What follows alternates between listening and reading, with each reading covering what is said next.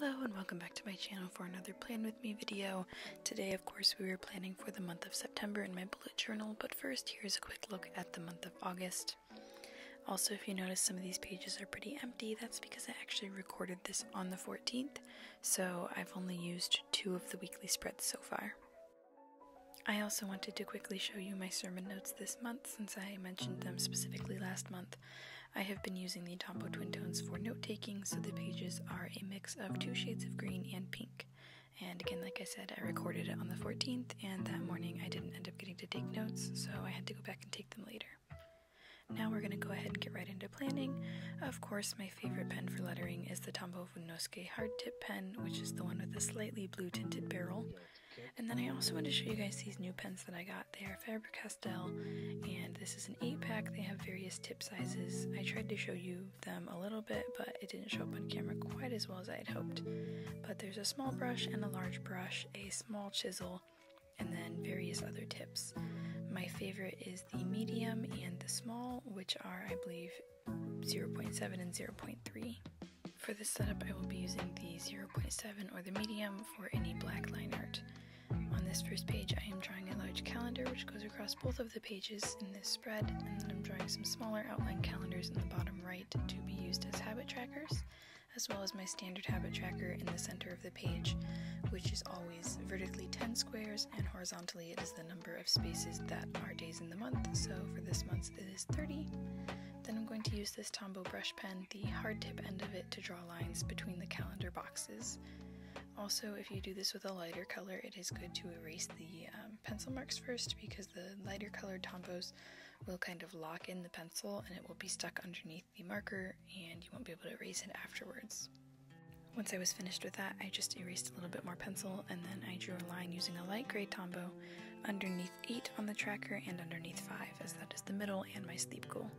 I then used the 0.3 small Faber-Castell pen to write the days of the month along the top of the tracker, as well as numbering 1 through 10 on the left-hand side. I also forgot to bring my eraser over with when I started filming, and I was using my pencil eraser to erase everything until I just ended up going and getting my eraser eventually. These are the 4 washi tapes I am using this month, and they are kind of geometrical, and they have blue and gray in them and a little bit of gold as well. So I just used this one on the left-hand side to make the tab for the month like I typically do. And I also forgot to grab my small scissors, so I just tore it at first, and I'll come back and fix that later. And then I erased some more, added a few more washi tapes, and just kind of played around with the layout and where I wanted them to be. Also, these are something that's new. They're tiny little Polaroid paintings that I made with watercolor, and they have a little QR code on the back that links to my flow page, and they're very sturdy, so those are actually going to be for sale at markets. Our next market is September 17th, so I'll have some of those there. I used a dark gray Tombow brush pen to write the day of the month in the top left-hand corner of each of the calendar blocks, and I again used the light gray to mark between Saturday and Sunday days of the week on the tracker on the bottom, and I used the dark gray again on the bottom to fill in that little empty space in the middle, otherwise I would definitely mark in the wrong place. Here is when I went and got my eraser and my little mini scissors, and then I fixed the edge here of this washi tape and just made sure everything was stuck down really good, and then I started with doodles. So the inspiration for this theme was a kind of like white and gray mixed with blue, almost periwinkle, I guess, whatever this blue color is, and stripes and lines of different weights and different thicknesses.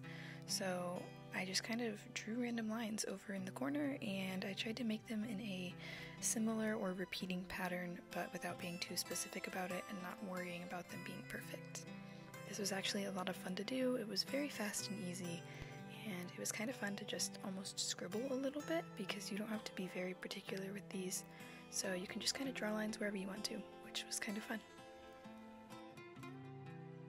I did forget the order that I had done the lines in, so I had to go back and check, but for the most part what I did was thick light gray using the brush end of a Tombow, and then the hard end of that bluish purplish periwinkle, and then I used a zebra mild liner in gray.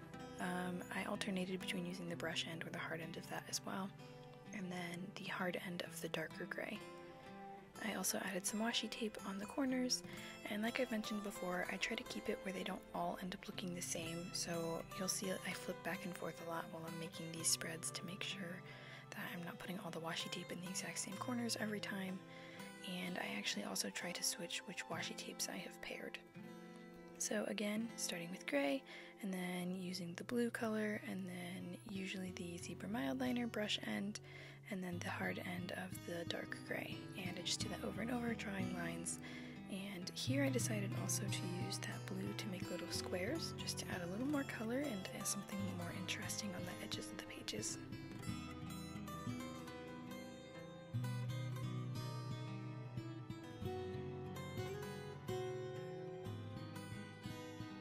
As you've probably noticed, I also try to switch which corner the actual marker drawings are in, or just their orientation in general. So I have some that are in the corners, some that are along the entire top and bottom of the page, some that are a mixture of those two.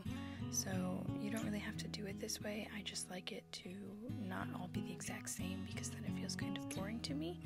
But if you like it to be the exact same because you like it to match, then that's totally fine as well. I do enjoy that more sometimes. It's just for the most part I like them to look a little bit different, because then it's easier for me to remember which spread is which. You can also layer washi tape over marker like I did here to add some more texture, or you can switch the angles and directions of the washi tape to add a little bit more interest. Really, the great thing about spreads like these is that you can just do whatever you feel like. Here I used the washi tape along the top center of both pages and used that kind of as a header, and then added a little bit of this slightly sparkly washi tape as well. So there really is no one way that you have to do anything when you're setting up your bullet journal. The important thing is to do it in a way that you enjoy and that you're going to like to look at, because when it comes down to it, if you don't like to look at it, you're not going to use it. So do whatever you'd like to with your bullet journal to make it seem pretty to you.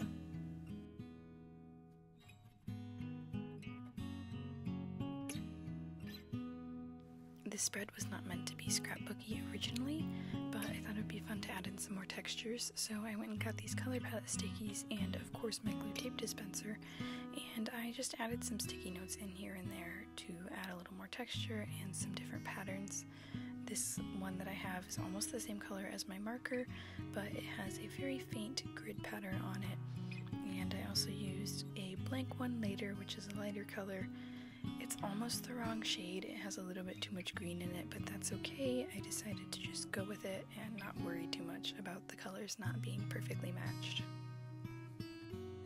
Another fun way to add some more texture and interest is to rip the sticky notes instead of cutting them. Usually if it's a colorful piece of paper, when you rip it apart, there will be some of the paper that is a little bit white on the inside, so sometimes that adds a little bit more color and interest and contrast if you're layering it over a similar color, such as two blues or two purples or anything like that. You can also layer washi tape with sticky notes. You can do the washi tape under it or over it, it doesn't really matter, just whatever seems fun to you. And here I also added some more lines, and then I used a Faber-Castell black pen to add a couple more lines to that spread as well.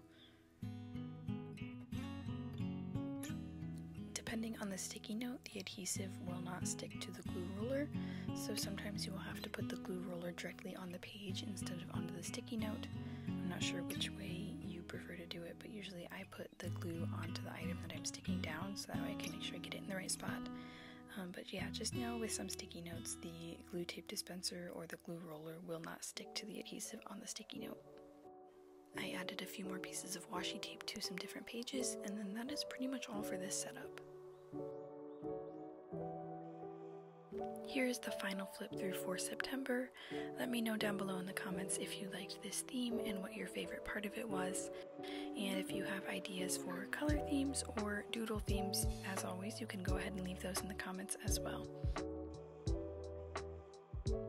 Thank you again so much for watching, and I hope you have an amazing September.